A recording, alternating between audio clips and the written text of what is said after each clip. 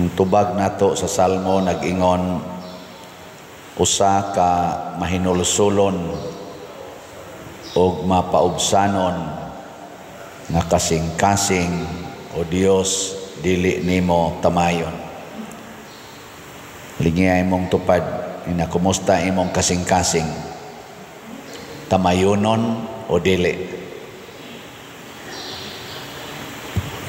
Sa nahitabo karon nga pagdakop ni former President Duterte pag naog yun sa airport gikan siya sa Hong Kong gahapon alas 9 buntag, unya gipalupad na siya ngadto sa Netherlands ba to, gisakay sa eroplano ngadto padong sa korte sa The Hague to sa Netherlands, kay adto kuno dito siya patubangon siyang kaso pagka mga alas 11 gabi na ay nagsyagit-syagit sa kalipay ng mga Filipinos, na asay nagsyagit-syagit sa kasuko o ng hilak ng mga Filipinos, pulos Filipinos. Lingi imong tupad, ina unsa imong gibati ani?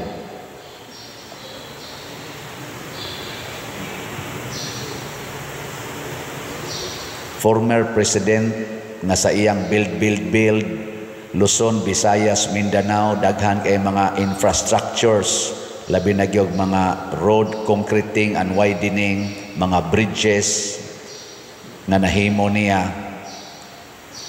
Nakapahimos ta karon sige tag-agi aning iyang mga infrastructures nga nahimo sa iyang administrasyon, build. Kisakahan niya ang sweldo sa mga policemen, gid-double, hapit gid-triple, apil nas mga benefits. Ang mga government employees, gitaasan ang mga sweldo, mga benepisyo, mga senior citizens.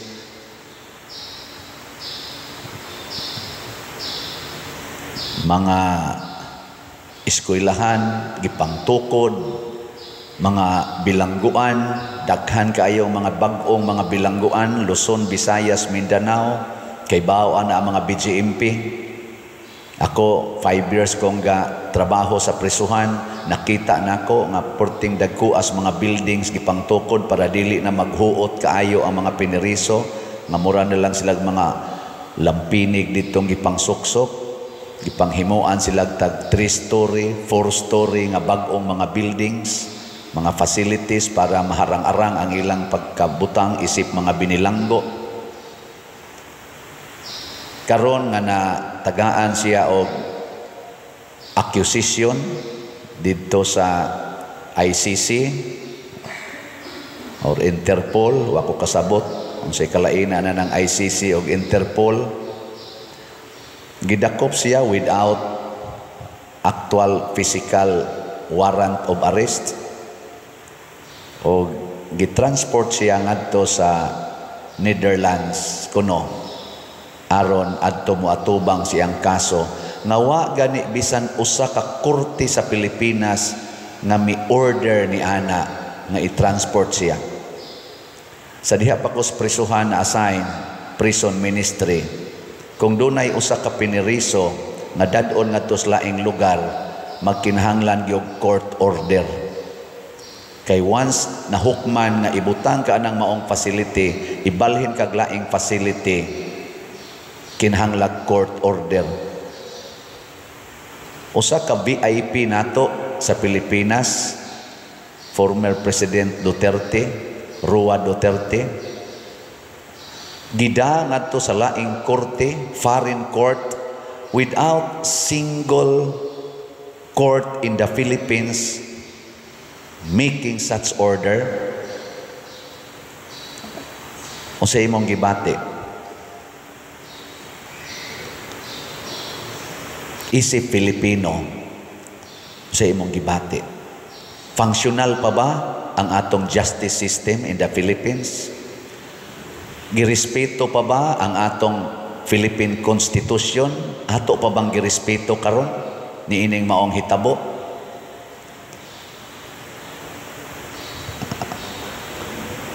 Doon na ba'y presidente sa Pilipinas nga nagbuhat ani ngadto sa mga VIPs nga dunay dagkong kaso sama kanhi sa kaso ni former President Irap Estrada, former President Gloria Macapagal Arroyo. Giingon ba ani sila pagtratar sa ilang mga kaso nga giatubang sa una? Muna diri sa atong unang pagbasa, ang hari sa Ninive bato o kasing-kasing. Iya sang gipatakdan ang iyang katawhan. Nahimo silang hardened sinners nga hasta ang Ginoo di na makadawat sa ilang mga sala. Pero ang Ginoo kay maluluyon man, mipadala gyapon siya og iyang mensahero. Gitagaan sila 40 days. Bisan gani si Jonas, kanis propeta Jonas, kaning gihisgotas first reading, wa na ni siya ganahi sa Ninive. Gusto niyang ipasunog na gid ang Ninive because of their evil works. Kay natakdan sila sa ilang hari nga mo'y nag-order nila pagbuhat og tanang butang nga supak yus matas Ginoo. Mao to si Jonas sa dihang primerong gisugo siya sa Ginoo, wa siya ni sakay sa barko nga padong sa Ninive. Ang iyang gisakyan nga barko padong sa laing lugar, pero gibagyog maayo sa Ginoo, gibagyog maayo. O niya sa dihang na hibaw-an nga si Jonas di ay maoy hinungdan nganong ni abotong bawod perting dagkua, niingon si Jonas, iiksa ko ninyo sa dagat aron mohunong ning bagyo. Niingon sa tao mga tripulante dito, wa misaan aha, isa wa mo isa, iiksa lang ko. Kay murag giingnan siya sa Ginoo, maamong gid ning imo rong gisakyan kay nganong wa ka motuman sa kong sugo nga tagay sila og mensahe ang Ninive. Kay gusto lagi ni Jonas nga mamatay na gid ning taga Ninive. Sa dihang giiksa siya sa dagat, nilurang ang hangin. Si Jonas gitukob sa dako kayong isda og didto siya giluwa. 3 days siya, matod pa sa atong gospel diri, 3 days siya dito sa tiyan sa isda, gidada siya sa isda for 3 days. O niya, gidala siya ngadto sa baybayon sa Ninive og dito siya giluwa sa isda. Pag gawas na niya sa tiyan sa isda, paglingi-lingi niya, oy, Ninive naman. Ingong Ginoo, di ka mo sakay barko padong sa Ninive, pasakay tikag isda. Mao na ni ang atong unang pagbasa. Giingnan na sa Diyos Ginoo, sige, sultihi ang mga tao 40 days. Ug di gid sila mag-usab, hutdo na nako sila patay 40 days. Ang Ninive dako kayo nga syudad nga matod pa diri sa unang pagbasa, kun imong baktason tadlas lang niya, kanamang imo lang lakahon ba nga mo cross kaniya 3 days. Kinahanglan 3 days. Imagine ninyo, 3 days maglakaw ka, pila ka kilometro imong ma-travel. So, dinhis Pilipinas, murag wa pa ko kakitag syudad nga kung imong tadlason, 3 days ka, una ka moabot sa Pikaside. Wa no? Ang abot na ba? Bisan pati nga Metro Cebu, kay gikan dinhig lakaw ni padong dito Cebu City, bisag moabot pa ko nga tos Naga City. Gikan din di ginakaabot 3 days. So purti kitang dakuha kitingali, gikabugo nga to sa Santander. Mao na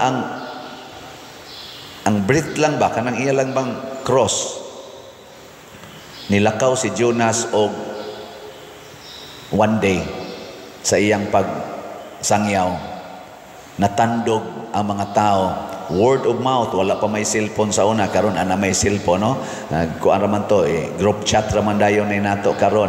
Ana i-live day nato.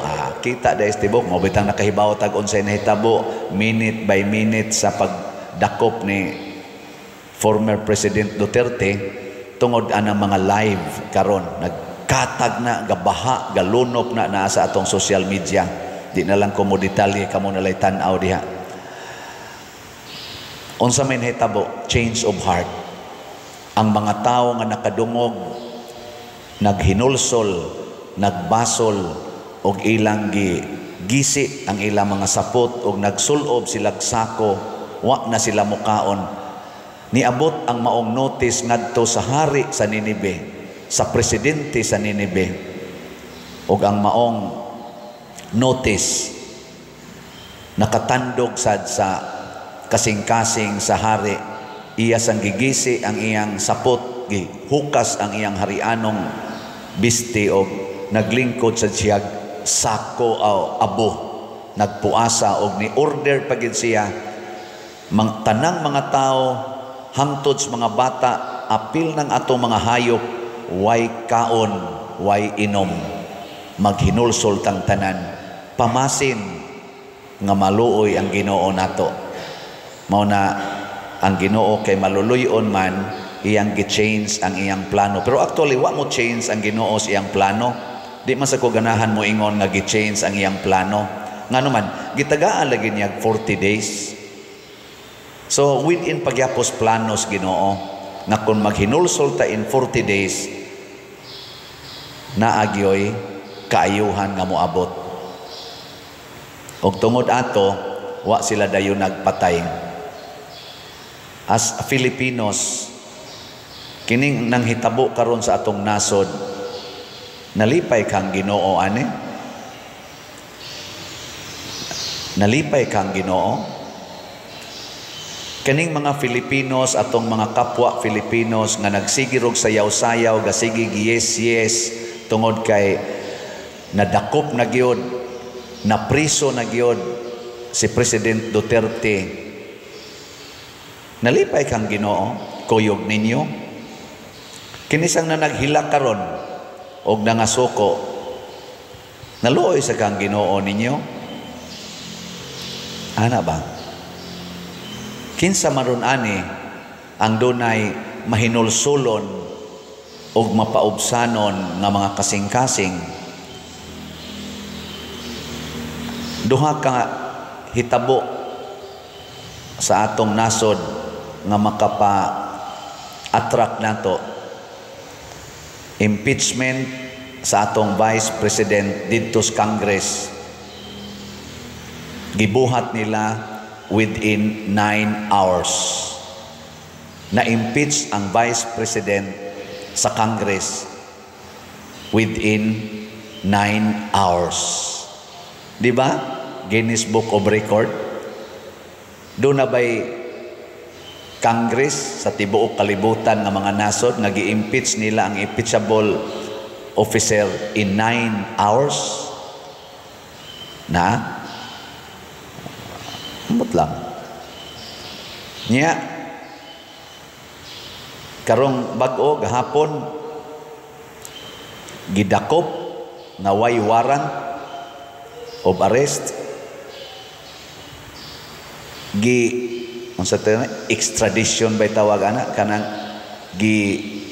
labay ngadto sa korte sa gawas as if taga didto siya nga kinahanglan yung adto hiringon, o kanang maong desisyon na finalize from gidakop man si President Duterte og 9 o'clock in the morning, pagka 11 in the evening lupad ng eroplano padong adto sa gawas. Sa ato pa final na ang desisyon, extradition ba na itawag ana sa among mga pari, exclaustration man na siya, kanang ipagawa adto kaslain ng congregation. Pila man ka oras? 9 o'clock in the morning, 11 o'clock in the evening. Pila na ka oras? 14. In 14 in 14 hours na final ang maong desisyon. Naway bisan usa nga korte sa Pilipinas nga mi-endorse nga maunay desisyon dinis Pilipinas sa Philippine Court nga kining particular criminal anha ni hiringon sa inyo. Naa man gid naunta kay i-endorse man na siya. Gikan gani sa kaning branches, diha man ko bangko sa una, trabaho.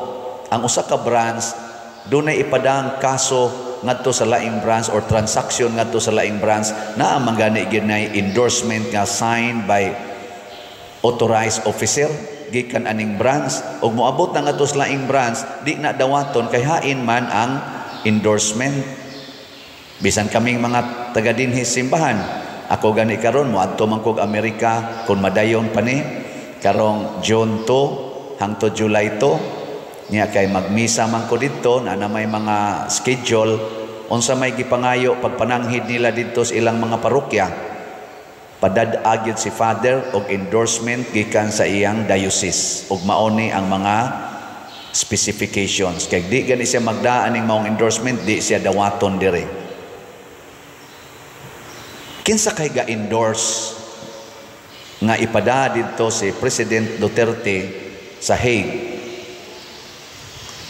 nga korte nga wa may korte dinhi, labi na gid ang Supreme Court kay supposed to be Supreme Court gina nato ang mo endorse kay nation to nation guna siya, sovereign nation against sovereign nation, independent nation against another independent nation, independent court against independent court.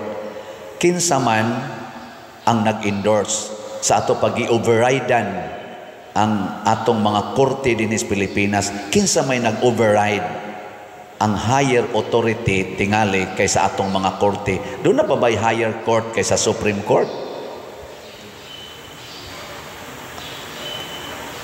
Naglihok pa ba ang atong human rights system and principles? Naghigda in taos President Duterte dito sa iyang Rome nga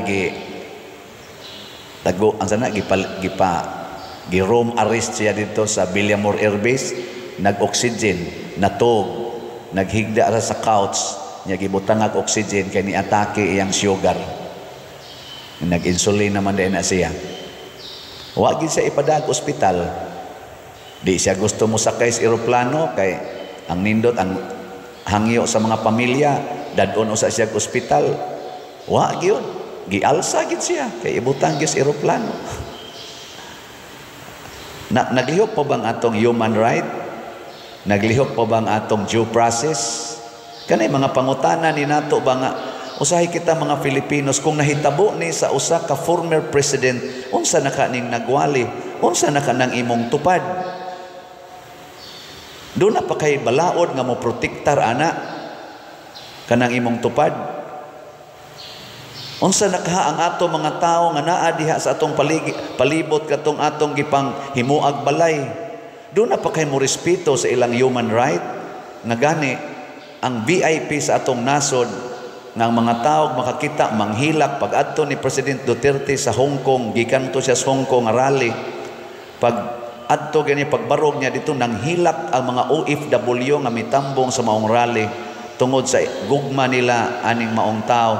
Pero bisan gani pagpa-ospital lang, bisan gani 24 hours lang ihatag. Og dunay gipagawas kuno nga TRO unta ang Supreme Court, wa nakaabot kay pagkuha dito nila sa mga lawyer ni President Duterte, wa pa sila kakuha gani sa TRO, pero gitawagan na sila nga nanay TRO ipakuha na lang kay di lagi pwedeng mag cellphone lang.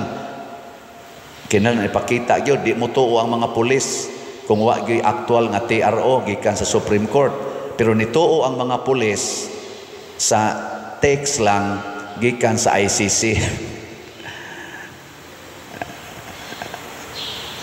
Ang korte nga taga-ato mutawag nga di anay TRO, pick-upono na lang, dili tuhuan sa mga pulis. Pero ang text message nga gikan sa foreign courts tuhuan sa mga pulis. Unya ang giimposan na maong text mao ang atong VIP, usas atong mga VIPs din his Pilipinas. Do na pa bay mandate o force ang giingon, we are here to serve and protect the Filipino people. Mao man ay basic commitment sa atong kapulisan o sa atong AFP, to serve and to protect the Filipino people. by protecting our Philippine Constitution, saligang batas. We need change of heart.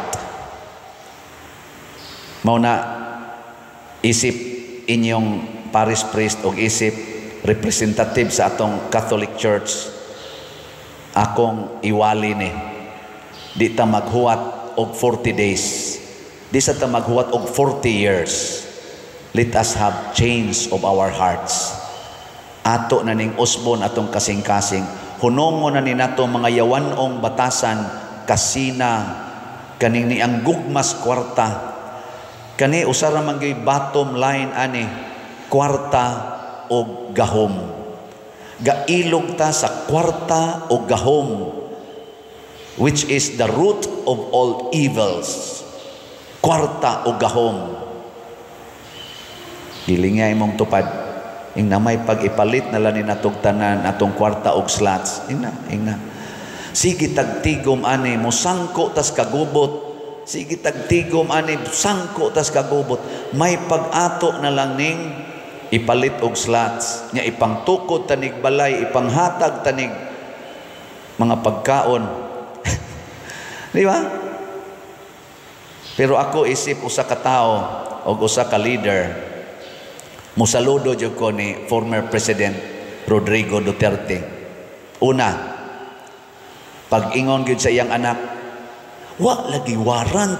Katong ana-ana na sila dito, naaman nakuha man sa kanang video sa live, wa lagi warrant, asang warrant. Ingon sa President Duterte ni Hong sa, ay ayaw lang, naalagi, naay warrant, relax lang, naay warrant. Nya katawa-katawa ra siya.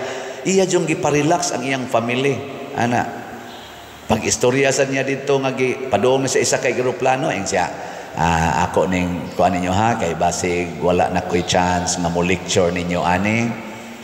Ikaw tore, nagkuan raman ka, nagtuman raman ka sa imong kana ganing katungdanan, pero anang pamalandungi sa ninyo ba nga unsa may akong kaso, unsa may mga legal basis nya inyo kung ipadangad to anang naangkuan kana ganing kurtiha nga wa may legal basis.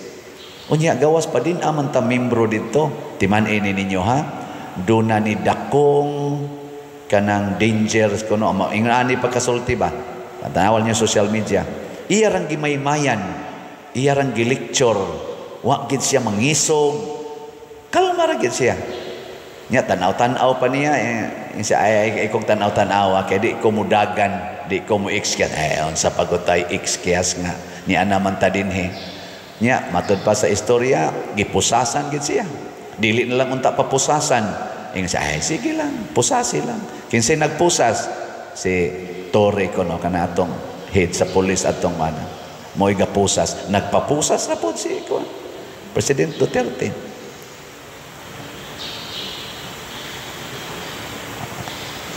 Di ba? Dalaygon nga buhat. Wa gani siya mo ingon sa mga tao, magkuanta, mag people power ta. Ang iya ra gyud, kalma. Agion ta ni, atubangon ko ni. Og iya na nang gibalik-balik pagsulti, ako'y siluti ninyo. Similar to this. Ako'y siluti ninyo. Kanang tanang gibuhat sa mga pulis, ayaw na sila pailig kaso, ako mo ipailig kaso kay og nagtuman sila sa akong sugo, ako mo inyong silutan. Iya sang giduphan karon, ayaw mo, kalma mo. Iyang giingnan sa diyang pamilya, kalma lang mo. Muagi kita sa due process. Iagi tani sa balaod.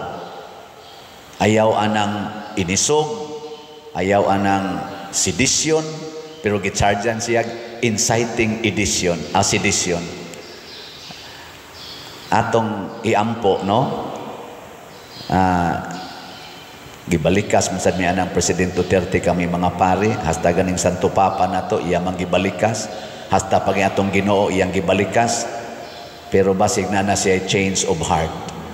Atong iampo ang kahimtang ni President Duterte sa iyarong kahimtang dito, 80 years old, masakiton, galisod og lakaw, niya giingon ana pagtratar atong VIP sa Pilipinas.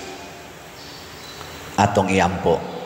Labaw sa tanan magampo ta nga duna untay change of heart sama sa hari sa Ninibe ang ato mga leaders karon sa Pilipinas, nga makakita sila sa wa nila makita unta nila ang Diyos nung side sa atong kahimtang nga Pilipinhon, ang nag-ilaid sa kalisod karon, ang kagutom, ang unemployment, ang mga injustices nga gihimo sa mga criminals, kaning mga addict, kining mga insurgents nga gipanghimo na sa nila karon, kining mga tulis ug uban pa.